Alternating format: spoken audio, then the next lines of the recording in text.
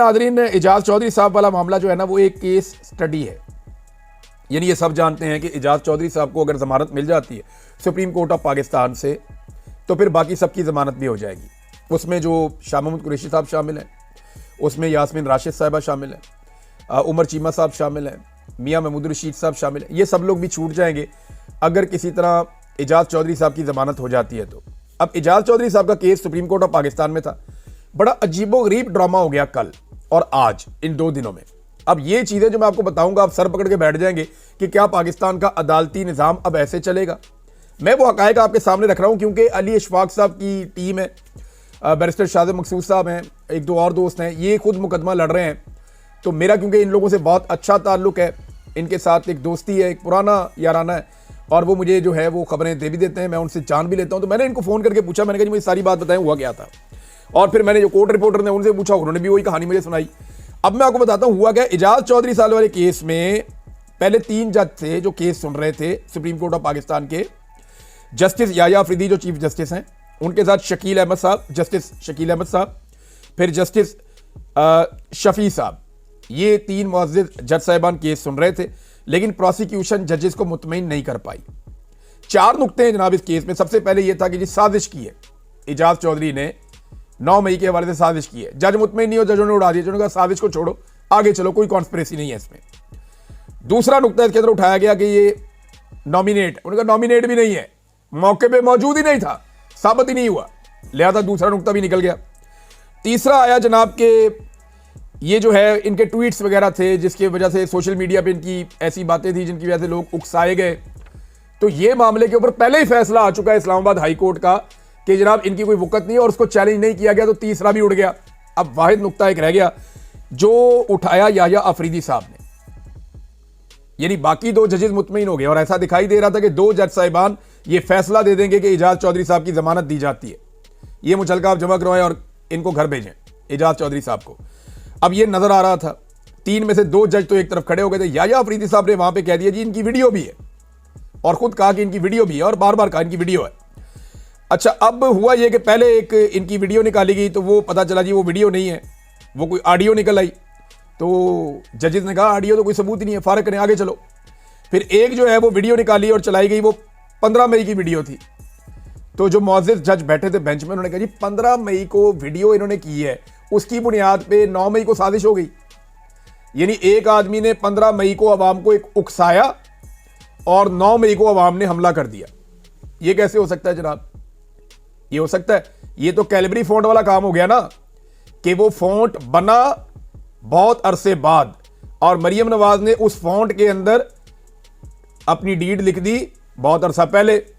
तो फिर उसके बाद उनका कैलिबरी क्वीन एक नाम भी पड़ा था कि वो फॉन्ट जो मार्केट में दस्तयाब ही नहीं था, कभी आया ही नहीं था, उस फॉन्ट के अंदर उन्होंने उसके आने से पहले ही अपना एक मुआहदा तहरीर कर दिया। तो ये उस तरह की बात हो गई कि एजाज चौधरी साहब ने 15 मई को लोगों को कहा और लोगों ने एक हफ्ता पहले 9 मई कर दिया।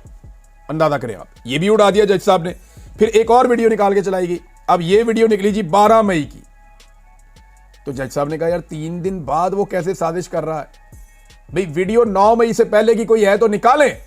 तो वीडियो कोई निकली नहीं। फिर याया अफरीदी साहब ने कहा नहीं नहीं नहीं कोई वीडियो है जरूर, और ये वीडियोस थी टॉक शोज की, टीवी के ऊपर चली हुई है। तो जज साहब ने कहा नहीं कोई वीडियो है। तो भी इसमें याया अफरीदी साहब को नजर आ गया, अदालत को नजर आ गया कि 2 मुअज़्ज़िज़ जज साहिबान ऐसे हैं कि इस मामले में अब वो जमानत दे देंगे एजाज चौधरी साहब को। तो फिर किया ये गया फौरी तौर पे कि बजाय जमानत दी जाती ये मामला यहां जाता। याया अफरीदी साहब ने कहा जी अब मजीद वक्त दे देते हैं, कल सुबह आप वो वीडियो लेकर आए जो वीडियो मौजूद है एजाज चौधरी साहब की। प्रोसिक्यूशन नाकाम हो गई थी, 2 साल लग गए, इस बंदे की जमानत नहीं हो रही। बुजुर्ग आदमी है, बीमार आदमी है, उसको स्टंट पड़े हुए हैं, अभी अस्पताल में जाके इलाज करवा के आए जेल के दौरान ही। बार बार उनका प्रोटेक्शन ऑर्डर आता है, उनको सेनेट के अंदर पेश नहीं होने देते। अब मामला यह है कि याया अफरीदी साहब ने कहा जी कल सुबह तक का आपको टाइम दे रहे हैं, सुबह जाएं और जाके वीडियो लेकर आए। अब जो वकील है वो इंतजार कर रहे थे। रात को आपको पता है कॉज लिस्ट आती है, पता चलता है जी सुबह कौन कौन सा केस है। तो पता चला सुबह केस ही नहीं लग रहा। बाद में जब पता करवाया तो मालूम हुआ कि वो बेंच ही फारिग कर दिया गया है और एक नया बेंच बना दिया गया है। और ये जो नया बेंच बनाया गया है ये अगले जुम्मे को यानी 9 दिन के बाद अब केस सुनेगा और जो नया बेंच बनाया गया उसके अंदर जजेस देखें, 3 जज शामिल किए गए हैं। एक जस्टिस हाशिम काकड़ साहब, जस्टिस सलाउद्दीन पंवर साहब, जस्टिस इश्तियाक इब्राहिम साहब, एक बलूचिस्तान से, एक सिंध से, एक खैबर पख्तूनख्वा से, तीनों जज। और ये तीनों नए जजेस हैं जिन्हें अभी लाया गया। मैंने आपको कहा था ना कि 9 मई से मुताल्लिक जितने केसेस हैं उनमें नए जजेस को अब केसेस दिए जाएंगे, और जबरी तौर पे जो गुमशुदगियां हैं, जो लापता अफराद का जो मामला है, वो भी नए जजेस को दिया जाएगा। इसी बुनियाद पे वो फिर लिंगर ऑन करेंगे, चीज़ों को लंबा करेंगे। तो यहां पे अब नए जजेस को दे दिया गया। लेकिन सवाल ये पैदा होता है कि ये कैसे हो सकता है? दुनिया के किसी मुल्क के किसी कानून में ऐसा नहीं होता कि एक जज बैठे हुए बेंच, वो केस को सुन रहा है, उनमें से किसी ने इनकार भी नहीं किया, किसी ने अपने आप को केस से अलग भी नहीं किया, प्रोसिक्यूशन ने भी जजेस पे अदम एतमाद नहीं किया, और जो दूसरी पार्टी है मुल्जिम पार्टी, उन्होंने भी जजेस पे अदम एतमाद नहीं किया।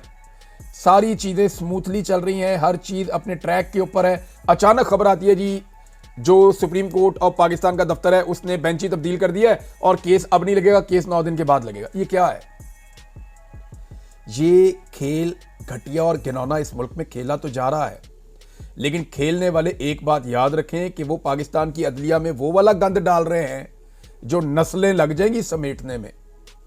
ये कैसे हो सकता है कि जजेस बैठे केस सुन रहे हैं, आप बेंच तोड़ेंगे, नया बेंच बना देंगे, और जनाब इतने दिन के बाद आके हमारी मर्जी के जज जो है वो अब केस सुनेंगे। यानी जिस बेंच के ऊपर आपको लगे या इंसाफ होने वाला है, ये तो कल को कोई भी ताकतवर आदमी आएगा, पैसे वाला आदमी आएगा, और गरीब आदमी के मुकाबले में जैसे ही उसे महसूस होगा वो केस हारने लगा है, तो वो कहेगा जनाब बेंच तोड़ के नवा बेंच बना दो, और बेंच टूट के नया बेंच बन जाएगा। ये तो खेल बन जाएगा इस मुल्क में। हर ताकतवर आदमी जो है वो अदलिया को खिलौना बना देगा, और एस्टेब्लिशमेंट के पास वो लामुतनाही ताकत आ जाएगी जो आ चुकी है, जो पाकिस्तान के पूरे निज़ाम इंसाफ को दीमक की तरह खा जाएगी।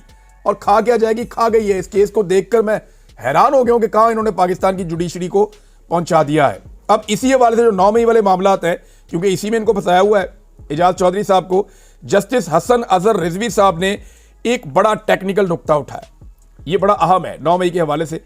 ये मैं आपको पढ़ के सुनाऊंगा, आप हैरान हो जाएंगे। उन्होंने कहा कि 12 या 13 फौजी तनसीबात पर हमले हुए हैं, वो हमले सिक्योरिटी की नाकामी थी। एथे रख, ये है मामला। हम पे हमला कर दिया, हमें मार दिया, पीटीआई आ गई, पीटीआई वालों ने ये कर दिया, वो तोड़ दिया, उसको आग लगा दी। ओ भाई, जो वहां पे ड्यूटी पे अफसरान थे वो किधर हैं? जो सिक्योरिटी वाले थे वो किधर हैं? जो सीसीटीवी फुटेज और कैमरास लगे हुए थे वो किधर हैं? ये सारा निजाम कैसे नाकाम हो सकता है? आज जस्टिस हसन अजहर रिजवी साहब ने वो सवाल उठाया जो इमरान खान साहब जेल से उठा रहे हैं बड़े लंबे अरसे से, और यहीं पे आके ये सारा केस जो है इनकी गिच्ची से पकड़ा जाता है। वो कहते हैं जी कि 12 या 13 फौजी तनसीबात पर हमले हुए, वो सिक्योरिटी की नाकामी थी वो हमले। उस वक्त फौजी अफसरान के खिलाफ क्या कार्रवाई की गई? क्या 9 मई पर किसी इदारे का एहतसाब किया गया या किसी इदारे ने एहतसाब किया? अब दें जवाब कि क्या एहतसाब हुआ है और किस किस का एहतसाब हुआ है, कितने बंदे जो है वो सजा काट रहे हैं। अब इसका जवाब जो है वो जज साहब मांग रहे हैं, देखते हैं इसका जवाब आता है या नहीं आता। और केसेस नाज़रीन इस तरह के बनाए गए हैं, मसाए का केस, और हैरान कौन कि आपको हंसी आ जाएगी। यानी 9 मई के वाक़े में पुलिस अफसर है, उसका जनाब एक दांत टूट गया। केस उसने ये किया, उसका दांत पता नहीं उस दिन टूटा या पहले का टूटा हुआ था, या पता नहीं बाद में टूटा है, या जो भी किया उन्होंने दांत डाल दिया कि जनाब ये पुलिस वाले का दांत टूटा है 9 मई में, और ये वहां पे टूटा है तो इसका मुकदमा दर्ज कर देते हैं। आपको पता है जो दांत टूट जाए ना उसकी जमानत नहीं होती, वो लंबा चलता है, वो फिर बंदे का छूटना मुश्किल हो जाता है। तो जनाब पुलिस वाले का दांत टूट गया, पुलिस अफसर का, और ये केस बन गया। अब अजीबोगरीब दिलचस्प सूरत देखें, दांत एक टूटा है और रजा अली और जैनुल आबिदीन दोनों पर ही एक पुलिस अफसर का दांत तोड़ने का इल्जाम है।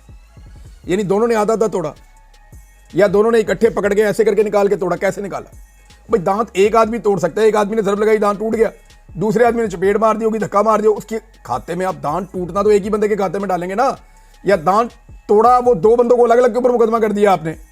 ये कैसे हो सकता है? एक ही पुलिस अफसर का दांत तोड़ने का इल्जाम, ये समीर खोसा साहब ने बताया। रजा अली को जिनाह हाउस से गिरफ्तार किया गया। ये प्रोसिक्यूटर के मुताबिक रजा अली तो वाकई के वक्त निजी होटल में था जिसका रिकॉर्ड भी मौजूद है। अंदाजा करें आप नाज़रीन, ये किया इन्होंने पाकिस्तानियों के साथ सिर्फ और सिर्फ एक पॉलिटिकल पार्टी को तोड़ने के लिए, उसको नुकसान पहुंचाने के लिए, उसको कमजोर करने के लिए।